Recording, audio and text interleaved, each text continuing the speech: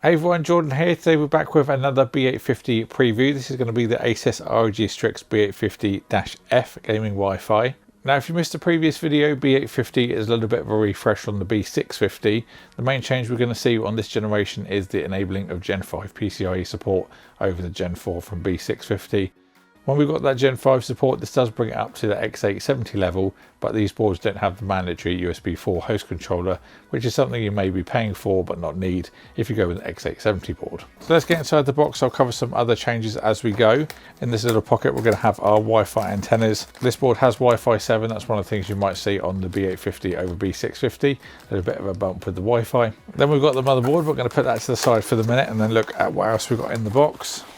So we've got some documentation on the right and then a little bag of goodies on the left. So included in here, we've got some single-sided pads for an M.2. There's also another M.2 quick release. We've got a few zip ties. There's also a little catch for quick release for an M.2.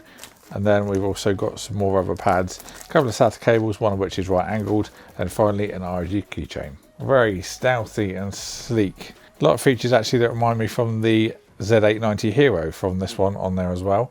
Just have a quick look at the back, just a nice bit of silk screening, no backplate or anything. The left hand side of this board will light up with some RGB, will be configurable in Armoury Crate.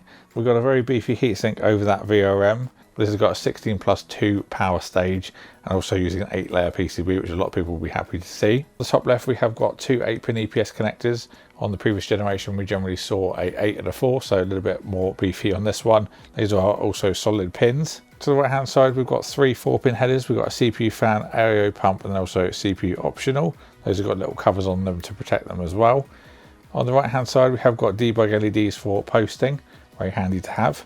Also our 3-pin adjustable RGB. We've also got a power button on board. Do love to see that, something I'm a big fan of, onboard power. We've then got our 24-pin for motherboard power and also a USB Type-C header, that's 10 gigabits per second. We've then got a USB Type-A 5 gigabit port there as well. On the right angle, we have got a couple of SATA ports. We generally saw 4 ports on the previous generation boards and now seeing 2 on some of these ones, so that's something that are reducing. But to be fair, NVMe storage is so cheap nowadays, you can obviously just get a little stick and just put it in instead. Saves all the wiring and hassle as well. On the bottom right of the board, we've got our front panel connections. We've then got another 4-pin header for a fan. There's then 2 USB 2 headers. We've also got another 4-pin header there.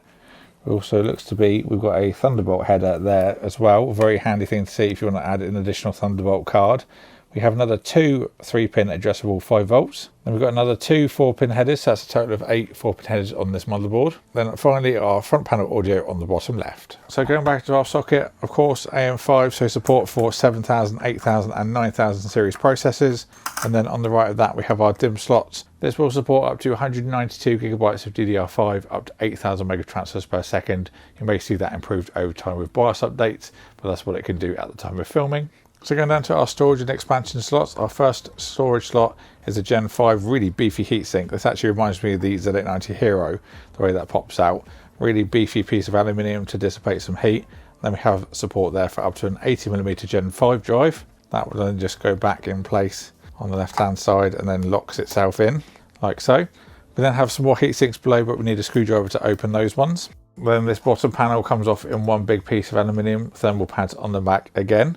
Then we have support there on the top for a 110mm Gen 5 drive, and then below we can do a 110mm and another 80mm drive on the right, Gen 4. So that's a total of 4 NVMe slots on this board, 2 at Gen 5, one 110mm and one 80mm, then 2 Gen 4, one 110 and one at 80. So for our expansion slots, the top one is going to be a Gen 5, of course, armoured. Now this board is also using the Asus quick release for the graphics card as well, so if you pull it from the left hand side it's locked, and then if you pull it from the right hand side it easily releases. Pretty cool.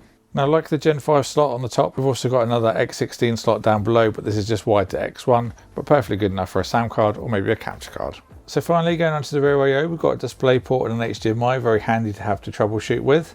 We've got the 4 blue USB ports, these are 5 gigabits per second. The black ones are USB 2, there's 4 of those, one of which is for your BIOS flash button. There's just below that, very handy button to have along with a clear CMOS. We've got 2 red USB ports of 10 gigabits per second. We've also got a Type-C that's 10 gig and also a 20 gig Type-C. 2.5 gig LAN are Wi-Fi 7 antenna points. This also supports Bluetooth 5.3. We've also then got a microphone in, line out, and finally an SP diff. So that was a look at the Asus ROG Strix B850-F. Let me know what you think about it in the comments box below. Very beefy VRM, something I do love to see. Going to be a great board for something like the 9800X3D when the stock levels are improved, that's for sure. Maybe you'd like to see this with the new GPU from AMD as well when they come out. It could be a nice little pairing to put together. Quality of life features like the easily removable heat sinks and stuff, very handy to have. And also like the quick release for the graphics card is pretty cool as well. So yeah, let me know what you think. I will leave the links for this in the description box below if you want to pick one up. Big thank you to Asus for sending it out for me to look at. Thank you all for watching, and I'll see you all in the next one.